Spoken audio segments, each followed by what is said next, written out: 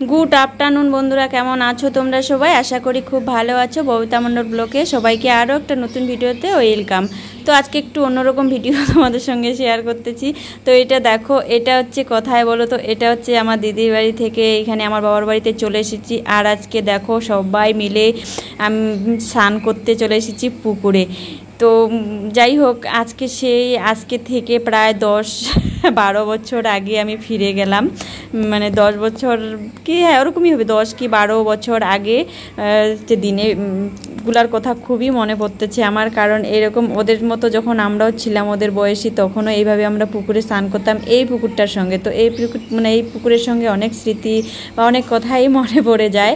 কারণ ও যখন আমরা ছোটো ছোটো থাকতাম ওদের মতো তখন এক দৌড় দিয়ে পুকুরে এসে নাইমে এক ডুব দিয়ে আবার চলে যেতাম, তাড়াতাড়ি করে স্কুলে যেতে হতো, টিউশনে চলে মানে হতো। তো এখনও ঠিক একইভাবে তারা পুকুরে স্নান করে। আর এখন তো বর্ষা আসতেছে, পুকুর পুরো মানে ভরে যাবে, বর্ষা জল হলে আরও পুকুরটা একদম পুরো ভরে যাবে। তো ওরা দেখো এখানে লাফ দিচ্ছে, তো কীরকম করে। তো এরকম ছোটোবেলাটা আমরাও করেছি। তো আমরা মেয়ে বলে করিনি তা না, যেটা সত্যি সেটাই তো আমরাও করেছি। এখন তো পুকুরের চারপাশে কত মানে অনেক গাছ ছিল, আগে কদম গাছ আরও অনেক রকমের গাছ ছিল। তো এখন তো সেরকম গাছ নেই। আর ওই পুকুরের পাশে যে গাছগুলো দেখতেছো বাগানটা, তো ওই গাছ ছিল আগে কিন্তু কম, ওখানে বাঁশঝাড় ছিল, বড় বড় বাঁশঝাড়। তো আগে আমরা কি করতাম বলো তো, যখন বৃষ্টি পড়তো তখন আমরা সবাই মিলে ওর বাড়িতে যেতাম, ওর বাড়িতে সবাইকে ডেকে নিয়ে আসতাম। বাবা মা বকা দিত, বারণ কিন্তু আমরা কেউ শুনতাম না। যাই হোক পুকুরে মানে যারা যারা বৃষ্টিতে স্নান করো তো তোমরা জানোই কতটা আনন্দ, একটা মজা লাগে। আর এদিকে দেখো আমরা এখানে দেখো রাজদীপ কিন্তু পুকুরে নামতেছে না, ও নামেইনি পুকুরে, পরে ওকে স্নান করিয়েছি আমি যদিও। তো এখানে দেখো খেলতে খেলতে ওরা দুজনে মারপিট লেগে গেছে, মানে কে কাকে জল খাওয়াইছে তাই নিয়ে ঝগড়া করতেছে। যাই হোক আমি থামিয়ে দিলাম যে এখানে আনন্দ করে সবাই তোদের সঙ্গে কতদিন পরে স্নান করতেছি। এ তো এরা ছোটো ছোটো আমাদের পাড়ার সব ভাইরা। তো ওই দেখো।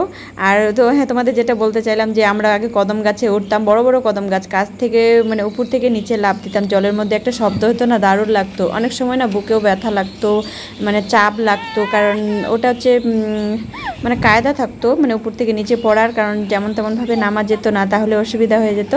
আর এখানে দেখো তো এখন তো ওই গাছগুলো নেই আর ওরা ওই জিনিসগুলো করেও না। আর বৃষ্টি হলে তোমরা জানোই বৃষ্টিতে যারা পুকুরে স্নান করছো, বিশেষ করে যারা গ্রামের দিকে বাড়ি, তারাই একমাত্র এই আনন্দটা উপভোগ করছে, তারাই একমাত্র বলতে পারবে।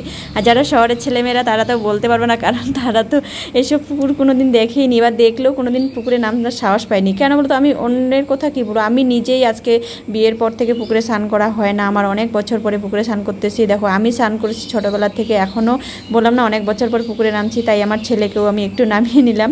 তো অনেকক্ষণ থেকে বায়না করছিল পুকুরে নামবে বলে। তো টাটা সবাই। এদিকে দেখো রণদীপ অনেকক্ষণ ধরে বায়না করছিল নামার জন্য, তো ওকে একটু সাঁতার কাটিয়ে নিলাম, কিন্তু ও তো পুরো গা ছাইড়ে দিচ্ছে, যার জন্য আর জলের মধ্যে বাচ্চারা নামলে কিন্তু গা একদম পিছলা হয়ে যায় দেখে আমি তাড়াতাড়ি করে উঠিয়ে নিলাম, আমি আর রিস্ক নিলাম না। আর বন্ধুরা প্রথমেই যখন আমি ভিডিওটা শুরু করি তোমরা দেখছিলে যে আমরা গায়ের মধ্যে মাটি মাখছিলাম, কারণ ছোটোবেলা যেটা করছিলাম আমরা সেটাই করছি, অনেকক্ষণ ধরে খেলছিলাম, মানে অনেকক্ষণ কে কতক্ষণ ডুবে থাকতে সেটাও করছিলাম। তো আজকের মতো টাটা, সবাই ভালো থাকবে, সুস্থ থাকবে।